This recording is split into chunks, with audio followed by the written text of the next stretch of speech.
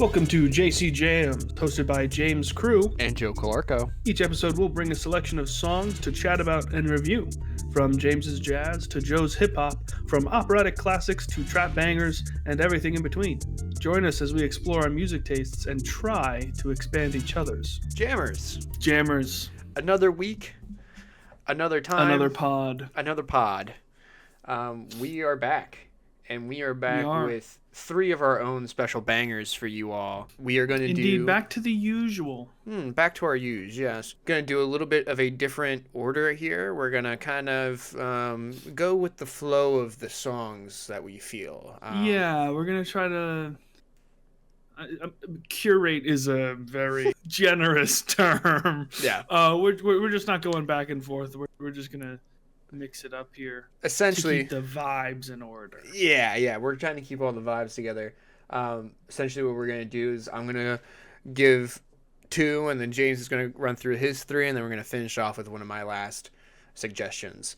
So let's jump right into it. As you know, the link to the playlist for the week is going to be in the description for you to check out. You can listen to these songs while we discuss them, or whenever you want. I honestly, Joe, I will say I would recommend probably all of these. Yeah. I like most of these songs. We've got another solid list. It's pretty much all of them. I think it's a pretty good list this week. Yeah. And I mean, for regular listeners of the show, this is very much our style episode of very much our music, our own personal styles. We're very on brand this week. Yes. Each of us. I did try to go back to our Spotify Wrapped episode. So obviously with our episode with Aiden, you added Carts, which was from your Spotify Wrapped. I still had some things that I wanted to talk about from that, some of the songs. And I didn't want to do that with Aiden there, so figured that I'd just do them now. So we're kind of looping a little bit back. And then no, it's cool. And then one, of course, new song. But let's get into some of the ones that were on my Spotify Wrapped. And the first song that we're going to be going over to, it is M.T.B.T.T.F, or Mike Tyson Blow to the Face by Clipse. This was the number 2 song on my Spotify Wrapped. And this was the song that made me discover the delivery click, I guess, in my brain, the delivery itch in my brain, because this song is carried by their delivery, I believe. It's my personal feeling. The song starts with just Pusha T starting off with his verse, and go ahead. Can you specify what you mean when you say delivery? How do I specify this? Because I feel like that's there's a lot that goes into that. So I think you could say anything's the delivery, right? Yeah. So specifically the flow, I think, on this. If you're not going to have the backing track, which is what I was going to get into, Pusha T comes into the song without a backing track, really. They have a couple of, sound effects, kind of ad-libby sort of things going on in the background. Gesundheit. Yeah, it's thank you. Threw me off there. Yeah, so he starts his verse, and he's going, and it's a very bare background, literally nothing going on except for those sound effects. And even without a backing track, you feel, I don't know, I personally feel the song. Like, I can personally kind of feel the bopping, feel what's going on before the track comes in. He's got a focused voice. He's got a very clear tone in his voice. Yeah. And he's really stressing the right beats. Yeah, he's stressing the right syllables. In his rhythm and on his and the rhyming, and emphasizing the rhyme scheme and stuff. I think, for lack of a better... He's creating the rhythm before the actual music. And for lack of a better term, like, he just brings it. Like, it's very direct. He's on point, right? Like, you feel the energy that this song is bringing before you even hear the track. And then the track comes in. Dude, like, when the beat drops for this song, the best way I can put it is, have you ever seen the meme of the little white cat just bobbing his head back and forth, dude? Just, you know what I'm talking about? Yeah. Yeah. Yeah.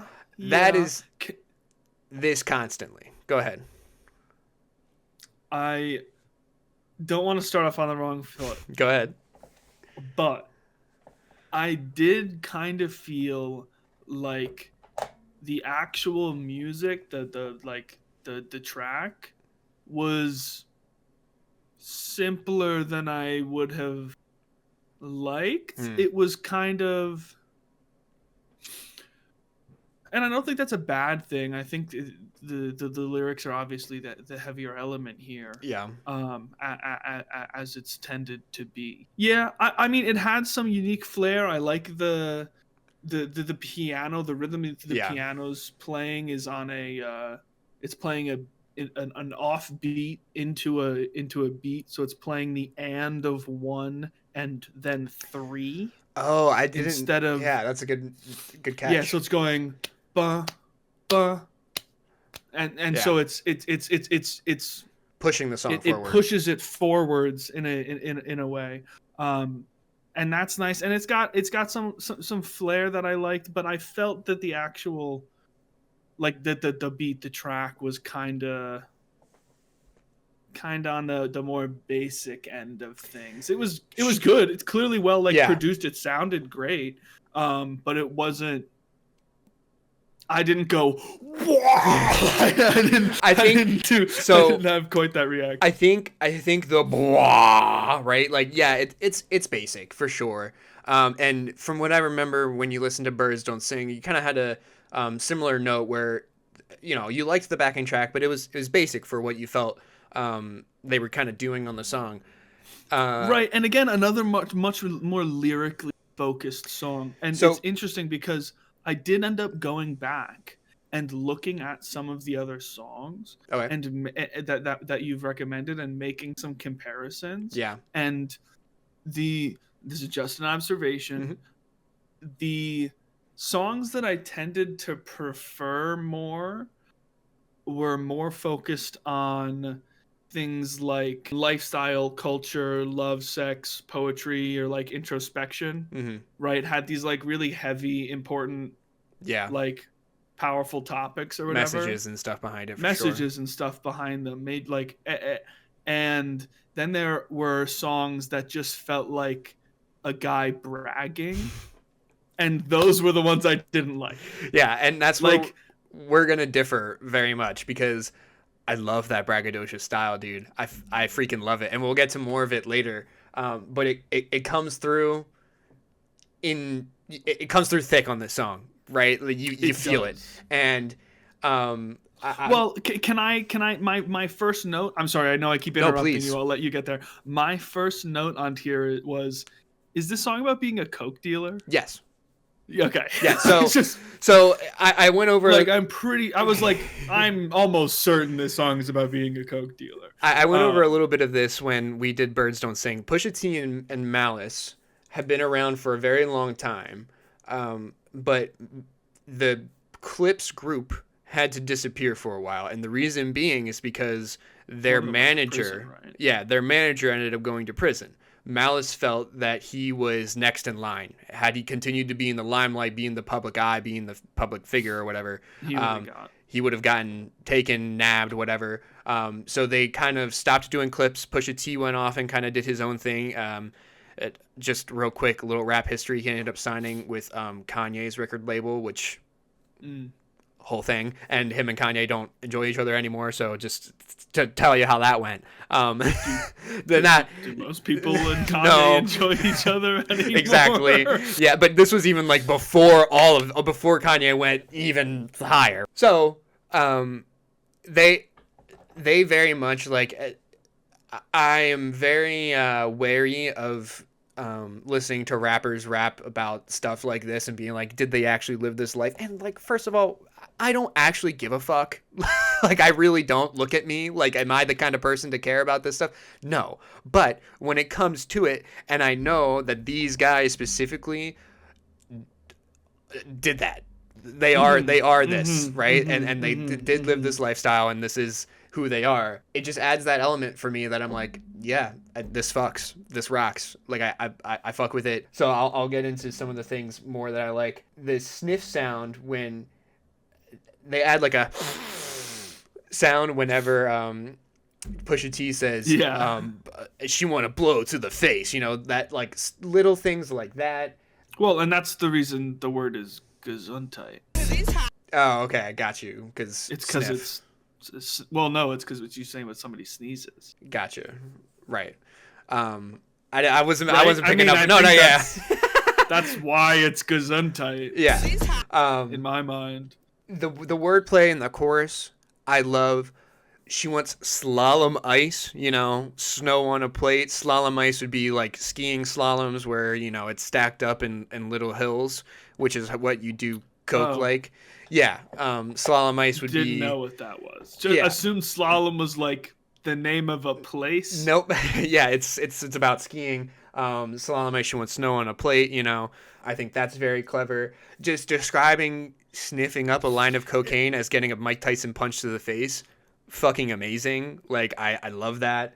I think Malice's verse, which is the second verse of the song, all you keyboard killers in your feelings, mad you ain't trending, mad I got you tricking on your women, mad I don't hit 'em, I just spin 'em, gunning and I'm grinning, in a Bugatti in my denim. This is the result of my vision, react with precision, but God only knows my intention. But selling dope is a religion, the hammer's in position, and then the beat comes in, and I'm just like, you know, sorry, had to do the whole fucking line. Liked this song, dude. This song is the energy that this song brings is unmatched. I absolutely love it. After he does that little verse and then the beat comes in, he continues going, and I will share. I won't rap the whole verse like I just did, but I will share my favorite line. He goes, "D classes in my ears. Now let me see you bite it." So D classes is a type of diamond, I guess a really high quality type of diamond. So he's saying he's got D class diamonds in my ear. And then he says, "Let me see you bite it," which is referring to Evander Holyfield and Mike Tyson biting a piece of Evander Holyfield's ear off. I'm sure there's a million other different like little word plays and stuff like that in this song that I haven't even picked up yet. It's one of those where like the more you listen to it, I feel like the more I will like slowly realize some of the little clips and stuff in there. Mm-hmm. Yeah, man, I love this song. It's the reason it's pretty good. Reason that it was my number 2 on the Spotify Wrapped, even with the hacking and such. And I left it there because I felt that it easily could have been my number 2 song, even without my account being hacked and all that. So, I'll be honest. The one thing I didn't really like is again not even like the melody of the lyrics, the rhythm of the lyrics. The music is great. It's just I don't know. It's just something about it's I don't. It's just not your thing. Is it stupid to like? Is it boring of me to be like? I don't think bragging is cool in a song. Like, I mean, I guess I don't think bragging is cool in general. I don't like to. Yeah. See, but maybe I don't have a lot to brag about, and that's why I don't do it. Like, I don't know. I don't know. It's an interesting. But like, there's plenty of songs that I listen to where the people like, I guess, could be bragging. I was gonna say. Excuse me. I can't think of any songs that you've given me off the top of my head, but I'd like. I almost refuse to believe that there's not a BB King song where he's bragging a little bit about his shit. You know what I mean? About what he's got, what he's done, and eventually, like, you know, throughout his career. I don't know. I mean, like, I feel like the only songs I can think of are like when you're bragging about your like girlfriend or whatever. Yeah, that's which like, is also a very rap it's a thing. Love song, but that's like an accepted brag. I feel because especially in music. So what I would say, because like ballads have been, I don't know. Yeah, what I would say is that I don't like this song because it's like, oh man, they're bragging or whatever. It's the energy of it, right? But yeah, no, and I but there is the braggadocious quality of rap music that I do enjoy. And I'm trying to like think of a reason that may click in my brain versus another. Like the only one that I can really think of is like, quite honestly, sports growing up. Like when I needed to get ready for a game, I needed to listen to something like this. I need, and Mm. whether it's because it's energetic and it's hype and it's got, that kind of movement, or it is because, they're talking shit. They're talking No, about that's how they're the interesting. best, and they're talking about how, they're the kings of Coke game and whatever. I don't have much It's else to interesting. say. I'm gonna keep this in the back of my mind. Good. In the future. Yeah. Um, Well, and I think this will connect a lot to my very last song, but we'll have to wait to get into that. So continue watching. and honestly, it's gonna connect to the next song, Which we can move right into because I don't have anything else to say unless you do. No, I'm chilling. So my next song If was... anything, I think I rambled. So. No, you're good. You're good. My next song is off of the Don't Be Dumb album, which is A$AP Rocky's new project, and it is called Robbery. This features Doechii. I gave Punk Rocky last week, or the last episode, and I told you that was probably not the best introduction to A$AP Rocky because it's not his usual style. Didn't do you any favors this week. This is also not. This is also very out there, very different from a normal Rocky song. His normal style. Essentially, what Robbery is A$AP's kind of play on a jazzy. I don't know, how would you describe it? It's like kind of like a cafe jazz background. I like how you're like, let me lay groundwork. What do you think about this? I mean, like, I don't know, like no. Yeah, no, it's like I mean, it's a jazz trio. There's it's a lounge. It's got a piano. Jazz. It's technically a 4-piece because there's a saxophone that plays like 3 notes or something, but it's 3 people. It's a drummer, a bassist, and a piano player, and they fucking kill it for the record. Is there not a bass player? Did I not say bass? Oh, I'm sorry. Did you and I just bass, drums, and piano? Okay, yeah, bass. My mic could have cut out. There's 100. Yeah, So yeah, bass, piano, percussion, or whatever he's doing. I think he's on a kit. I don't know. Yeah. And then again, there's a saxophone that plays like 3 notes. I go ahead. Continue talking about A$AP Rocky. This is one of the most re-listenable songs for me off of the album, which is very interesting because, again, it is not a usual A$AP Rocky song. I also I want to get a little bit into Doechii and who she is. She's a new... I don't want to... New-ish. She's hasn't released a full album of her own yet. She's got mixtapes and such. Actually, hold on. This is her mixtape, if you can get without the glare. Look at your... Yeah, wow, no, that's great. Look at your head in there. Look at all of us. This is called Alligator Bites Never Heal. Well, you know what? On here it says Best Rap Album. I don't know. I thought this was a mixtape and not an album. Titled her album Best Rap Album. Well, I think that one was nominated last year for the Grammys for Best Rap Album. Oh, okay. I thought it was titled Best No. Album. It had like a sticker on it. I'm like, that's on the level of like Average White Band. The band with like 2 white guys and a black dude. No. It had like a sticker on it. It said 67th anniversary Grammy Best Rap Album. That's not a joke, by the way. There is a band called Average White Band, and I'm 90% certain it's 2 or 3 white guys and a black dude.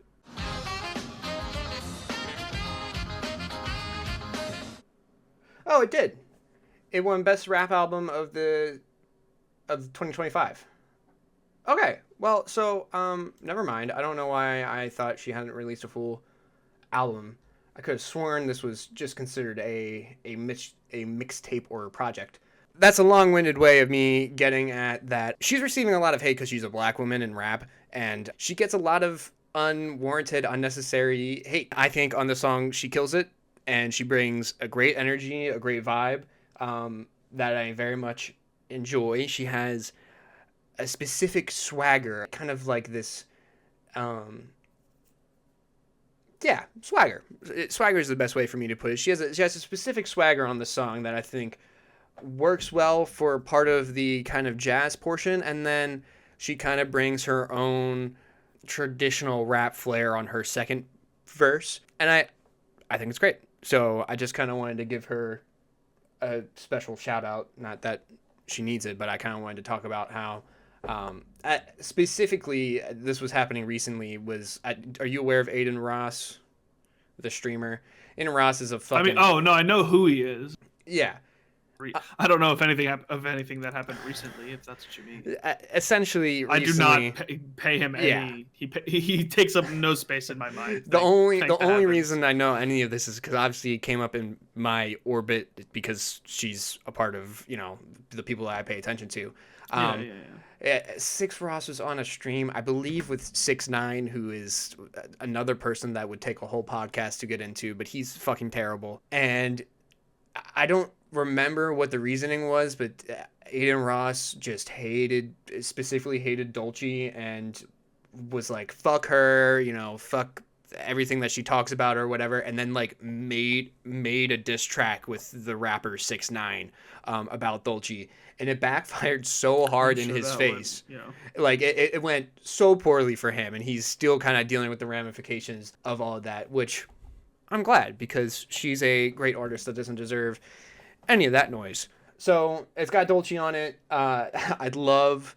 So the first part of her verse, she goes through a line or two, and then she'll end the line with "mwah," right? Please don't sex on the beach, don't spit on the mink, mwah, like stuff like that.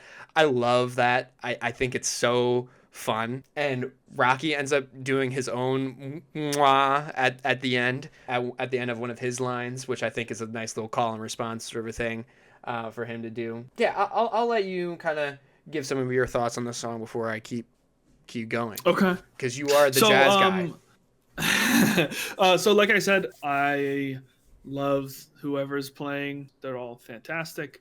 I think his voice is actually really fitting for this kind of vibe. Very sensual. Yeah, the song is very sensual. Very sensual. Yeah. Which we'll get into the next one. I like her voice. I like her style. The mwahs, like you're talking about, are great. Yeah. But I didn't think the rhythm in her swing sections I don't think it fit, or it didn't. Something about it didn't feel right. Which part would be the swing section? Is that the one where she's doing the mwahs, or the one after? No, so the parts where the bass player is normally playing slowly. Okay. And the swing sections where the bass player doubles up. Yeah. So where it feels like it speeds up. Okay. So do you know what swing is? You've explained to me before, but the way that the beat ends up. So remember how I said on Mike Tyson Blow to the Face that the piano's playing on the downbeat downbeat, and then on the beat itself. So swing is just when you stress the offbeats. More so than in the simplest terms. Somebody's gonna be like, actually, but in simplest terms, you stress the offbeats instead of the on the beats, and it's obviously a jazzy thing. And it's often done in this kind of break from the chorus or verse section. It's like the swing sections in big band pieces are often the best analogy I can think of is like a breakdown in like electronic music. Like when the tone of the music shifts and like into or like at the end of this song. Where or towards the end of the song where the robbery bit happens in the middle, it's that kind of a tone shift. Obviously it's not the same because they do the swing bit in the music and then it's a different level, but you know what I mean. And I just thought the rhythm in that bit with her her rapping, just something felt not quite. It didn't hit me in the right way, but I think the rest of it's great, and she is good at what she does. She has a nice clear voice as well. And again, the song is very. I feel like we kind of glazed over the theme. We kind of glazed over the theme. The song's about a robbery. But the parts that aren't immediately about a robbery are like love, really horny. So my understanding is that Not love. The song yeah, is really horny. Yeah. I mean, the chorus, the first part of the chorus is "Save a spot for me, baby. Open up your leg, or open up your leg. Save a spot for me, baby." You know, which obviously Rocky is saying to Doechii or whatever. So I probably should have brought up that the ongoing theme of the song, it is a jazzy piece, but it does feel kind of sinister in the way where it feels. It's very James Bondy. Yeah, but like, yeah. Yeah. Yeah, I made a note out of this that it feels it's very cowboy-y, and it reminded me of the film Sinners, which I'm sure some people have probably seen. I don't know if you have, because I know you don't watch movies because you're a freak, some kind of animal or whatever. Freak. Sinners is a fantastic movie. You should go watch it. Josh Allen's wife, shout out. Sorry. This song immediately put the picture into my mind of like, I think it's one of the opening scenes where like there's like a big jazz band like group of like assortment of people all playing music together in a barn, and it's like a hoedown kind of deal. It's a great time. Sinners is a fantastic movie. You absolutely should go watch it. Okay. And the one other thing that I mentioned in my notes is that this song, I'm gonna go loop back to the bragging thing, because I once I thought about this, I'm gonna think about this in terms of the other songs here. There's definitely some bragging going on in this song. Yeah. But again, the sex is just way more the focus. Yeah, absolutely. Like Doechii has a very braggadocious part, her second verse, basically saying that nobody can step to her type shit, right? Which is awesome. Rocky has some braggadocious parts throughout as well, but he's always kind of braggadocious. It's part of his charm, I feel. And I just want to clarify, this is not like some theme that I'm like grabbing onto this. No, like, I understand what you're getting at. Yeah. It's just something I observed, and I real quick do want to get to the bit Absolutely. part of the song, just because I do love this. Please do. I think it's after Doechii's second verse, the song kind of slows down. You hear the horn come in, and basically Rocky is now going through, I don't know what it is, a bank or a store or whatever. Everything kind of slows down. It's a lot of background noises as like gunfire, doors opening, people kicking in doors and stuff. Rocky is saying things like, everybody's got to get down. Don't worry, you're not going to die as long as you hand me all of your stuff, right? He actually tells them to all get naked. Yes, he does tell them to all take their clothes off, which is very interesting. To give him their keys and their car keys. And he's robbing everybody and everything. And everything. In the background, Doechii provides some great kind of background murmurs and chatter, her yelling like, get on the ground, stuff like that. And it ends with little ad-libs. It ends with Rocky being like, hey player, let me see that ice. And then boom, the beat comes back, right? I love that part. And then right after that, there's this mention of Doechii getting struck by Cupid, because I guess what's supposed to be happening is that their two characters are now on the run from the police and all this stuff. Chased, but they're still falling in love with each other while they're running away. Or I think maybe it is supposed to be like now they're even closer than before, because now they're trying to get away together. And there's a mention of Doechii's kind of character getting struck by Cupid, and they literally have like a sound effect of like falling on the floor, like there's a thud, there's a body thud. I love that, dude. It's like those little details are so fucking nice. Absolutely. So I thought this was a great kind of song to mix and match our two styles together, which is why I ended up suggesting absolutely. it. Yeah. Can I make one final observation on something you just said? Yeah. And it's only because I am a nerd and I had to keep time through it. Okay. The first thing you said is that it slows down. Okay. It's not slow? It does not slow down at all. You can hold tempo with the entire middle section and come in immediately on beat. So in time. I'm noticing the middle section is part of, like, you're right. It is part of the music. Yeah, I'm hearing it in my head, and I'm seeing what you're saying. It doesn't actually. It feels it slows. It feels like Well, it's things because are slowing everything because cuts everything out. comes They out. they Yeah, cut all the music. It's all it's background noise. It's ambience. It becomes a movie scene that you're listening to impressive how that rather works. than a song. Hmm. But it lines up time wise to the beat Which is why the punch coming for back it is to so come back strong. in.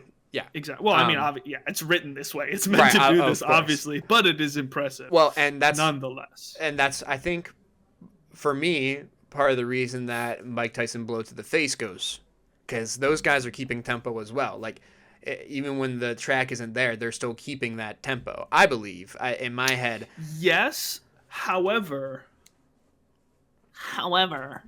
granted, this is probably recorded separately, and they're not doing it in one take, but this would be much more difficult to hold tempo wise.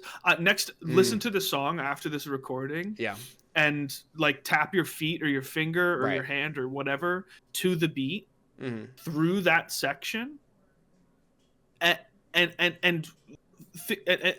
notice how hard it is just to do that. Okay. Let alone like do it in time. No hate to the to Clipse and their rapping, but they're rapping at a rhythmic, at a very it's different for sure. Like it's it's a whole other animal. I definitely find Robbery doing it more impressive because there's a lot more going on and stuff, obviously. Okay, yeah. So let's move on, and we will now get into your song selections for the week. Yes. From one really we've said horny 3-4 times already, so I'm just gonna keep using the word horny, and we've said it in 4 other past episodes at this point as well. Something about our music taste. Something about music. Cowabunga. To an equally as horny song that you probably would not expect to be. I gotta be honest, even like I am not realizing how horny this song is. Like you need to look at the lyrics for the song. Okay. I'm gonna pull them up for you. So the song is Chubby Checker. Chubby Checker is famous for the twist. Okay, everybody knows the twist. Come on, baby, let's do the twist. Okay, everybody knows that. This is slow twisted, not the slow twist. Slow twisted. Okay, our boy Chubby Checker, slow twisting. The song is barely veiled euphemism about dancing. Right. Dancing. And dancing. And I'll be completely honest. The entire gimmick, the entire reason I sent you this, it's the slow twist, and there's the twist, and there's a third song called Let's Twist Again that I'm never gonna recommend. You don't have to listen to it. It's bad. I don't recommend you do. Usually the sequels get worse. Yeah, that's normally how it works.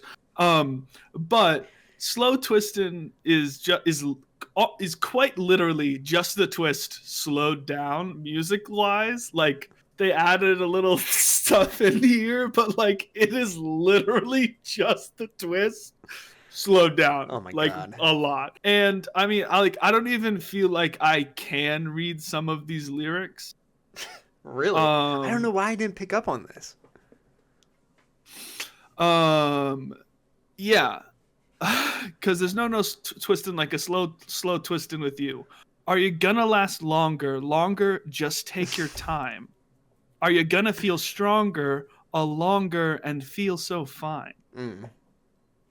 It's just about taking your time. Yeah, that's your twisting. What the song is about. And frankly, I have nothing else to say. So I will say those are the I just felt like you needed to know the song existed, and we can move on. Yeah, I will say I don't have a whole lot of notes on this one. I recognize the name Chubby Checkers, and then I was like, but why. And then I went to his Spotify. Uh-huh. And for shits And and the top giggles, 5 songs. here we go. Ready? Number 1, Number 1. Let's Twist Again. Number 2, Number 2, The Twist. Number 3, The Twist with a different album cover. Number 4, Let's Twist Again. with a different album cover. With a different album cover. Number 5 is Dance Party. So, okay, a different one. Number 6, Limbo Party. Number 7, Limbo Party with a different album cover. So, like, what I had written down in my notes. Bro was a one-hit wonder 4 times. What I have written down in my notes is, oh, it's the Twist guy. Is he one of the first gimmick song guys of all time? Like, he had the twist, and then he was like, gotta make my band. He's like, this is my bit. I need to do this bit. Gotta make my money somehow, baby. So, like, I don't know if this is true, but in my mind, he's like old TV bandstand show, like getting people in the audience to get up and dance and sing type of deal. Right. I have no idea if that's the case, but that's the kind of music that's the time period this rings. I think it's the 50s. I would presume. I should know. I didn't look because again, this is more of a gag song than anything else. Oh, and then the other thing I noticed when I was on the Spotify is that The Twist is the song everybody knows. Yeah, and it has half the number of listens than the one at the number 1 spot. Holy crap, that's a song you're right. I had never heard of. Wait, what the fuck? Yeah. It's not even like... It's literally double. It's like it's almost mathematically double. 202 million to 209 or to 109 million. Sorry. Let's Twist Again has 202 million, 200 million, and then Let's Twist Again has 109 million. Are we looking at different? Oh yeah, 202 109. Yeah. You said 209. Oh, I'm sorry. Maybe you know what? Let me. You can't talk. I'm deaf. Who knows? It's pretty much double. It's 100 mil. It's you're gonna pretty much say that's double. Yeah. Wow. Who's counting singular millions when you've got 100? Says all of the wealthiest. Holy crap. Yeah, it's just weird. It's just like everybody.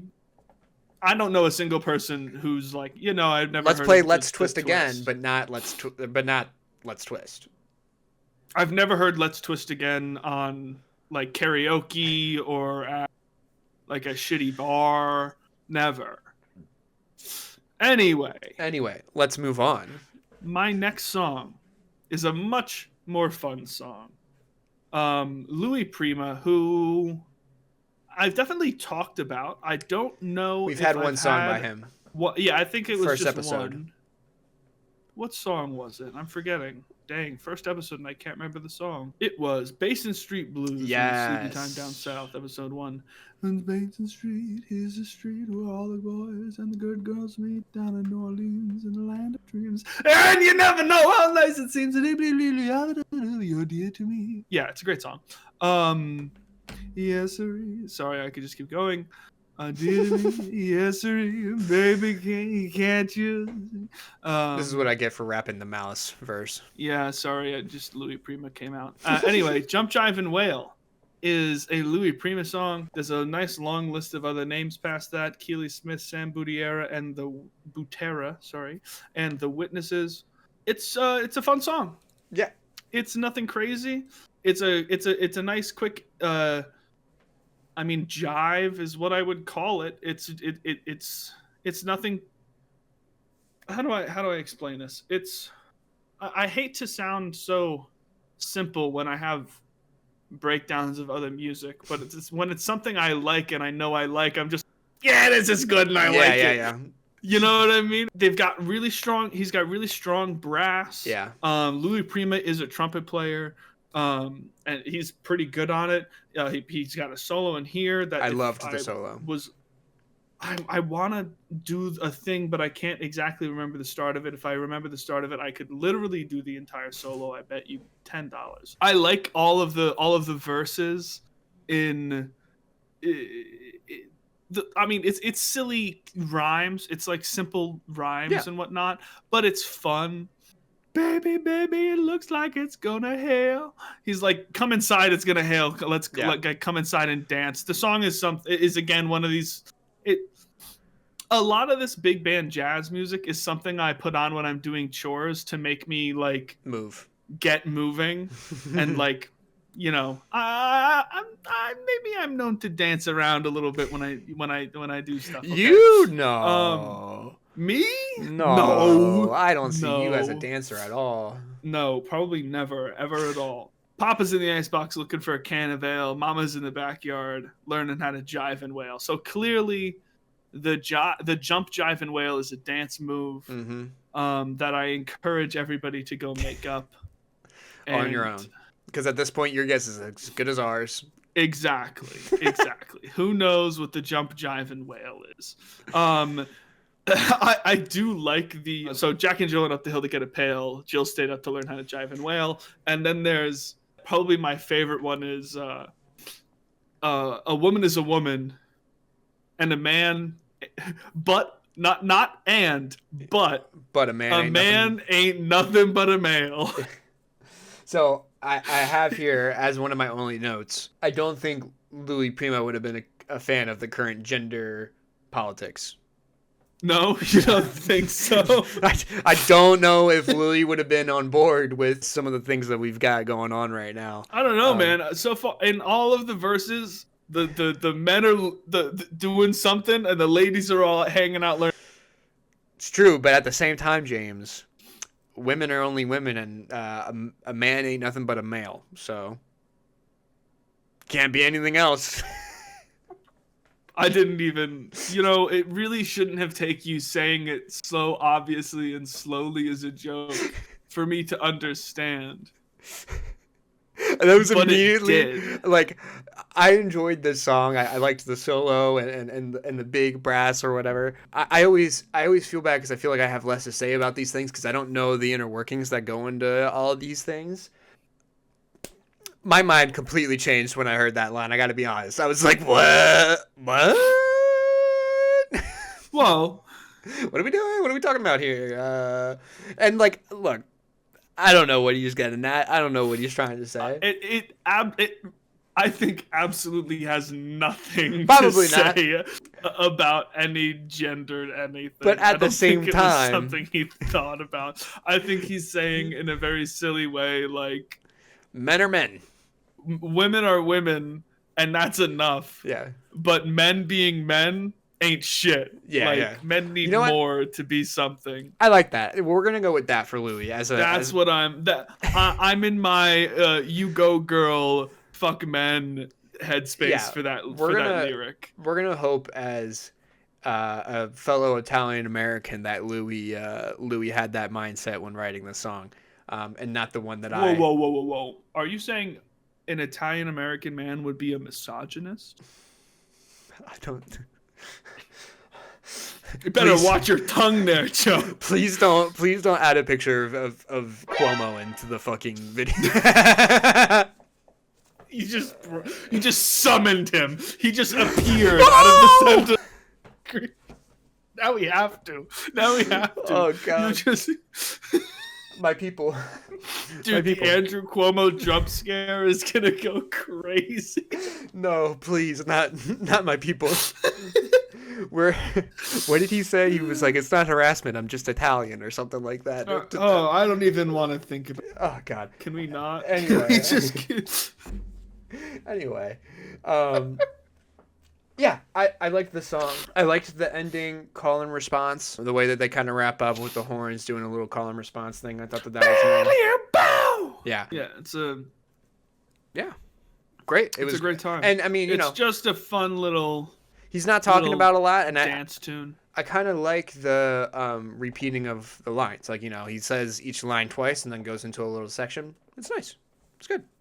Yep, and he does a call and response with the band the whole time. Papa's in the icebox looking for a can of ale. Bum bum ba-da-dum, bum bum ba-da-dum. There's this. It keeps the energy up. It keeps things moving. There's always the next thing to hear is always coming. Yeah. I dig it. It's just a fun time. Yeah, no, it's Something good. to shake It's got your energy. hips to, you know? It's got pop. Not like slow twisting. Not it's way Very faster, different. way better. Anyway, We will move on to your last song of this my session. last song is an all-time favorite, a classic. Hold on, wait, should I say it? You want me to see if I can get it right? One every single person listening to this podcast in the past, present, or future should know. It's a girl from Ipanema. Did I do it right? So, it's not. First off, it's the. Oh, fuck. Not Crap. All right, James, go ahead. And then she's definitely not from Empanada. Definitely not from Empanada. The girl from Ipanema, Stan Getz. There's an entire cast of incredible, famous bossa nova musicians on here. Stan Getz is the saxophone player. He's on tenor saxophone. So he doesn't actually sing at all. Neither of the voices are him. He's just the saxophone player, which is why it's like, it was like, I was like, I had to go look and find out who some of the artists were, because on Spotify, literally the only name is Stan Getz, and the people in the credits aren't the people in the song. Weird. So like I had to go to a website to go find this information. Stan Getz is the tenor saxophone player. The male vocalist at the beginning is Joao. I don't know how exactly to pronounce it. Joao, Joao. Okay. Gilberto. Okay. Again, incredibly famous bossa nova musician. His wife, who I don't think they were married at the time. His wife, Astrud Gilberto, is the female vocalist, another incredibly famous bossa nova musician. She won a Grammy for this song on her own album. So like, she's the shit. She knows what's up. And then the piano player is Antonio Jobim. Again, another incredibly famous bossa nova musician. All of these names, you should go look up and listen to their own music, because they're all fantastic. We can put those names in the description too if you want, because they're not not on the song. So yeah, they're literally not on there at all. But they're all it's an all-star lineup. Cool.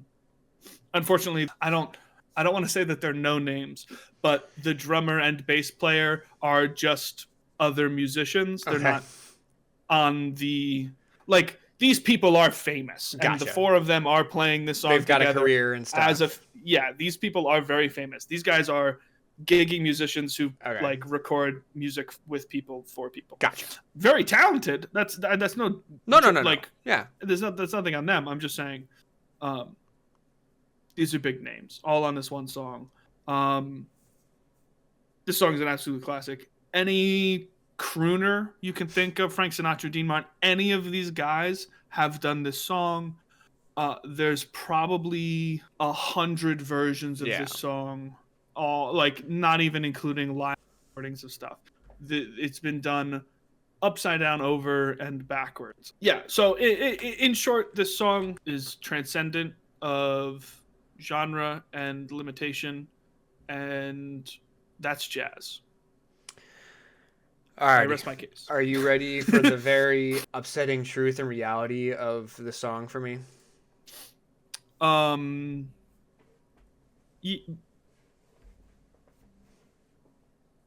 not.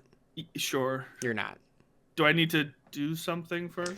I don't. Maybe hold on to your desk. I don't know. Do you have socks on? Make sure that they're on. Did you really like it? Tell me you actually really liked it. Well, okay. Listen, great song. Classic. Recognized it right away. You recognizing it is... Yeah, I mean, like that tells you all you need to know. I would hope so. James? Yes, sir? I can't listen to this song and not think about the minions from Despicable Me. I'm sorry, what? You heard me. Cannot listen to the song and not think about the minions from Despicable Me. I just had to do a quick little look up to make sure I wasn't crazy.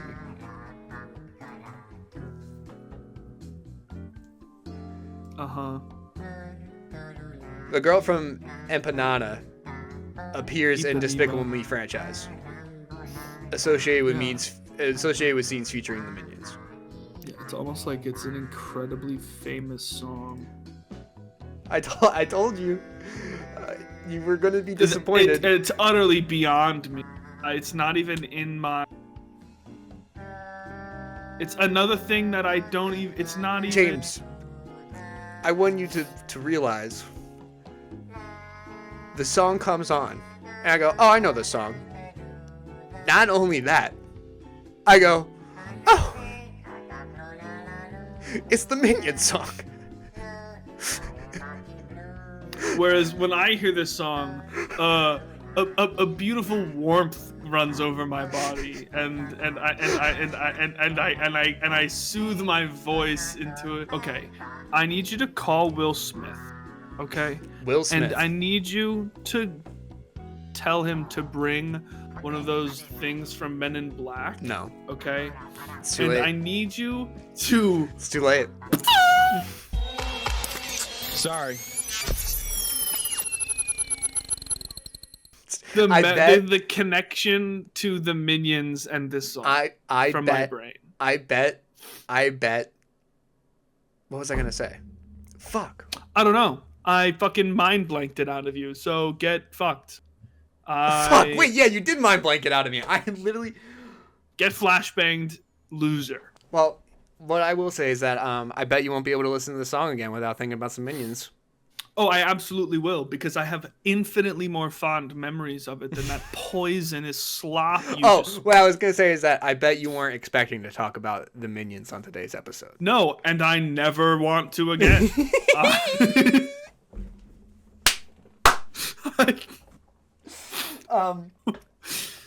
Aside... You're a Facebook mom from 6 years ago. Okay, listen, I'm a little bit younger than you. I grew up on Despicable Me, actually, thank you. I was like... and I was like...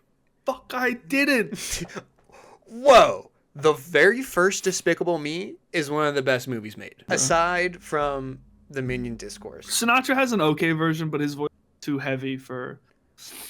He's too crooner. He's like hitting it too hard. The song's much softer than it's supposed to be. Or not soft enough. Whatever. You know what I meant. Yes. Aside from the Minion of it all, the Despicable Me of it all, I think it's fine. Not what I normally listen to. Obviously recognizable. My biggest gripe with the song, it is not mixed well. The whatever this specific recording is not mixed great. When the horn solo comes in, I literally had to turn down my music. It was quite blaring. Yeah. But which could just be this recording. Yeah, and it's probably old, so whatever. I mean, if that's my biggest gripe. 89. Okay. Yeah. So like not that old, but like older. I mean, modern. Yeah. Yeah, I'm sorry. This is forever associated with Minions and Minion culture to me. So great song, but thinking about Despicable I hate Me. it. Yeah, you're welcome. Let's move on to my last song. Yay! Yay! I think I need to go like take a shot. We're talking Grammy winning in 2026. My last song had a Grammy winner in it. But was it of the most recent Grammys? I don't think so. No, it wasn't. The 2026 Best Rap Song of the Year, Kendrick Lamar's TV Off, featuring Lefty Gunplay, produced by DJ Mustard. Personally, definitely one of the songs of the year. Was on my Spotify Wrapped. Probably would have been. Sorry, hold on. Definitely one of the songs of the year is an undeniable fact. I will assume you meant to say definitely one of the best songs of the year. One of the best songs of the year. One of the songs of the year. That's like one of the things people say as a joke when they're like trying not to say something is terrible. It's definitely one of the things. No, I'm hungry. Well, you should eat food. Like, what I was meaning is, I'm just ripping. One of the biggest moments. One of the biggest. Yeah, no, songs even of the year, I have heard of this. Yeah, even I, just like you, even recognize "Go from Ipanema." Even I recognize the beat and whatnot of this song. I could talk about this ad nauseum. It just the energy that he brings from the very moment that the song starts. You know, you kind of get like the ba, ba, with a little horn doing like a bow, wow, wow. And then Kendrick comes in with the all I ever wanted was a black Grand National. Fuck being rational. Give them what they asked for. It's amazing. Beat comes in. So much moxie on this song. So much. I keep. It's a good word. I keep saying. I'm trying to find other words for swagger. Pulled out the thesaurus for that. Yeah, one. thank you. I don't know how else to describe the fucking balls that he brings to this song. He brings cojones to the song. His voice inflections, he goes from ups to downs to kind of like a little softer spoken at points to obviously yelling, screaming. And then do you want to talk about DJ Mustard? DJ Mustard, I believe he's from the West Coast. Okay, yeah, he's from California. He's famous in the rap area, rap genre. Somebody that I've listened to before. He's got his own albums, stuff that's gotten super popular. I saw him perform at the Kendrick concert, which was awesome. He brings great energy. I loved his set. To talk about the song, though. Every time you say energy from now on. Yeah, sorry. I know. I'm just. Obviously, they just won a Grammy. Mustard was the one that spoke at the Grammys, which was really funny. He said, shout out Kendrick for putting a Latino on, because Lefty Gunplay at the very end of the song has a feature that I quite honestly didn't think of much when the song came out. He basically says 4 words on the song, Lefty Gunplay. He says, crazy, scary, spooky, hilarious, crazy, scary, that's spooky, his hilarious. That's his tag or whatever?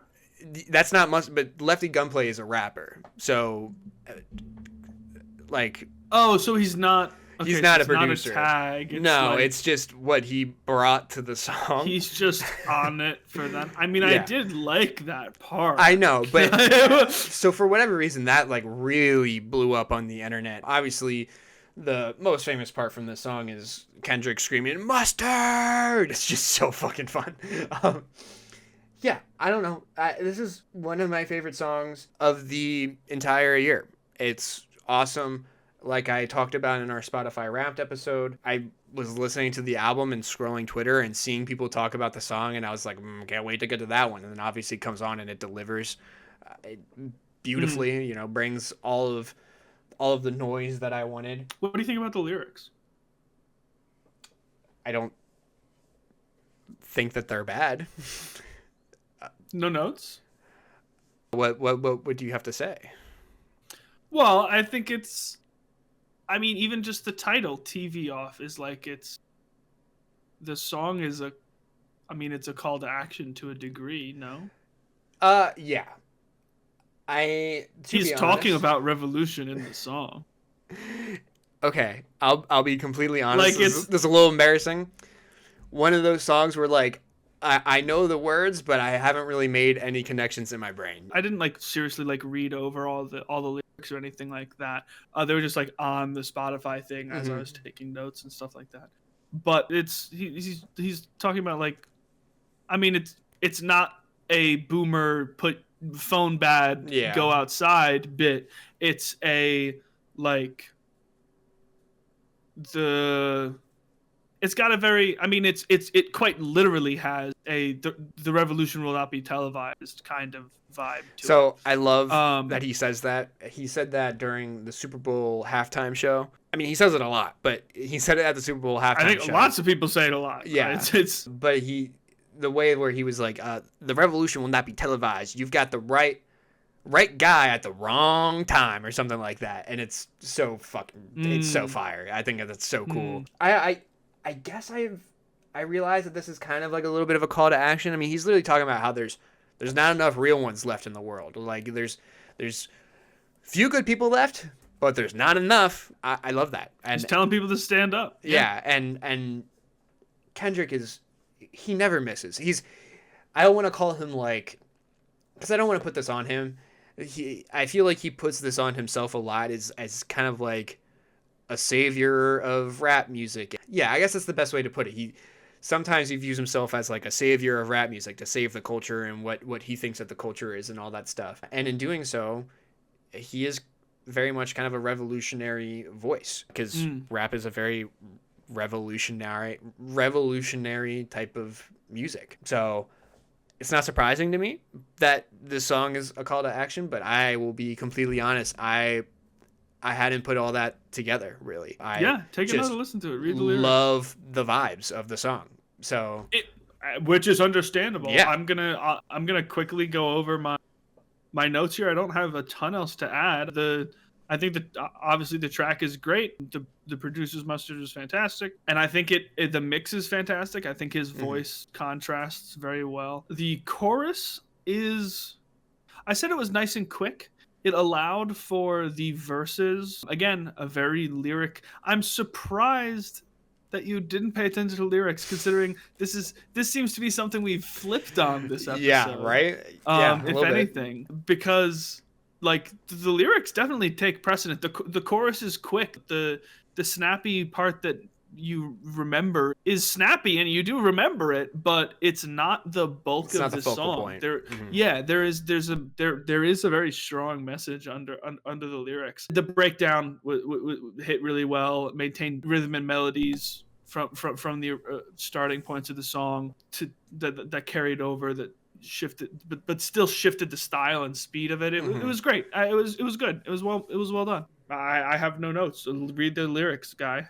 Yeah, I've said this how many times now. I'm a little embarrassed right now. I'm not gonna lie. One of my favorite rap lines of all time, honestly. Okay. He says, "Feels entitled because he knew me since a kid. Bitch, I call my granny off if she don't see it how I see it." That's fucking hilarious. That's so awesome. It's so hard. Yeah, that's Kendrick. And I don't know. And you know what? I'm gonna say that's another part of that call, man. You gotta cut your granny off. If she be bad, you gotta cut her off, dude. Gotta cut her off, dude. Yeah, you know what? You're Sometimes right. I didn't realize to you, bro. How much of a call to action that is. Wow. Literally, like almost every line you could probably take a message out of. Like, yeah. And that's why the lyrics are, I almost want to pull them up now. I'm scrolling to find the song, I'm not gonna lie. I mean, just the chorus itself is like, I'll take your shit if you're being an asshole, essentially. I hate a bitch that's hating on a bitch and they both hoes. I hate a friend hating on them friends and they both broke. Yeah. If you ain't coming for your chili, what you come for? Well, yeah, exactly. Because together it creates this like. I hate people who nag on other people, but still like it unironically, like is pulling Bible shit. Like take the stick out of your own eye, take the log out of your own eye before you point out the stick in another's. Deal, you know, like. Yeah. What are you hating on other people for when you got your own shit to deal with? Yeah, few solid people left. That's not enough. Is this my first introduction of Kendrick to you? That's not enough. I don't think I've given you any of the Kendrick songs. Yeah, I think this is technically the first. He's a master, I think, at this. He's a master at giving you lyrics that you don't think much about. And then you go and you look and you realize what deep meaning, how everything is connected together in a song.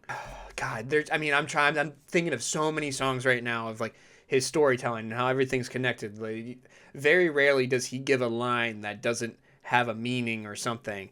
He's known for doing things in songs. He did this during the Drake beef, which was hilarious and awesome, where he'll say, I'm going to explain what I just said in this song in 8 bars. And then 8 bars later, he's explaining what he said 8 bars ago. Like, just the craziest stuff you can think of. He's phenomenal. I think, unlike what I did with A$AP Rocky, this is a very good introduction to Kendrick. This GNX album was very clearly for the people. His album before this was Mr. Morale and the Big Steppers, and then although critically acclaimed, definitely didn't have as much re-listenability as past albums and such, and that was definitely a gripe of people online. And the Drake beef happened, and after the Drake beef was the GNX album release, and you could kind of tell that he meant business. Like he wanted to come with hits that people were going to be playing constantly. He just won Best Rap Album at the Grammys, Best Rap Song. I believe he won 4 the night of the Grammys. He's won the most Grammys of any rapper, more than Jay-Z after this past Grammy cycle. He's phenomenal. He's probably, if not my favorite, my second favorite rapper currently. Obviously, again, it's hard to say favorite when I've got vinyl on vinyls of another person behind me. But he's just phenomenal. And he's somebody that I hadn't gotten into when I first started listening to rap, and I've never been happier to kind of have a little bit of a tone shift in what I listen to in the rap genre. I would say I grew up listening to stuff that doesn't have substance, like, amazing, crazy beats, very psychedelic-y beats and all that stuff. A lot of stuff much like kind of Mike Tyson punch or blow to the face, in the way where they're not really saying a whole lot. My tastes have changed. And not completely. I mean, I still love some of that other stuff, but I don't love it to the extent that I do this now and this style now. I feel I've kind of made a full circle into kind of coming into, like, I don't want to say real hip hop, but like very vocal centric, personality centric kind of music, rather than just a vibe or a feeling that a song gives you. So Sure. and he's absolutely a part of that change of thinking and change of listening. So it's awesome. And it's great when you can have both, much like he does on this song. So I would have to agree with you. Well, let's hit our pirate love song. Our final segment. And wrap it up. Pirate versus love song. Mike Tyson, Blow to the Face. Mike Tyson, Blow to the Face is absolutely a pirate song. No questions Clearly a pirate song. Then Robbery. So, I've been thinking about this question. Yep. I have an answer. I know exactly what it is. Are you saying love song? No. Really? Okay. Interesting. So, I think I agree with you. I do think it tends to be more pirate because general theme, robbing people, stealing shit, bragging, right? Yes. But with the undertones of, like, I want to fuck. Listen, pirates? That's a long time at sea, bro. And that's what I was going to say. And what better song to demonstrate a pirate's lifestyle other than, I love robbing and shit, but, like, open up your legs. Women. Open up your legs and save a spot for me, baby, type shit. Like, I think that's very pirate. No, that's absolutely, Robbery is a pirate song. Cool. Slow Twistin', however. That is a love song. It's just a love song. Absolutely. Jump, Jive, and Wail. Pirate song. Yeah. Definitely a pirate song.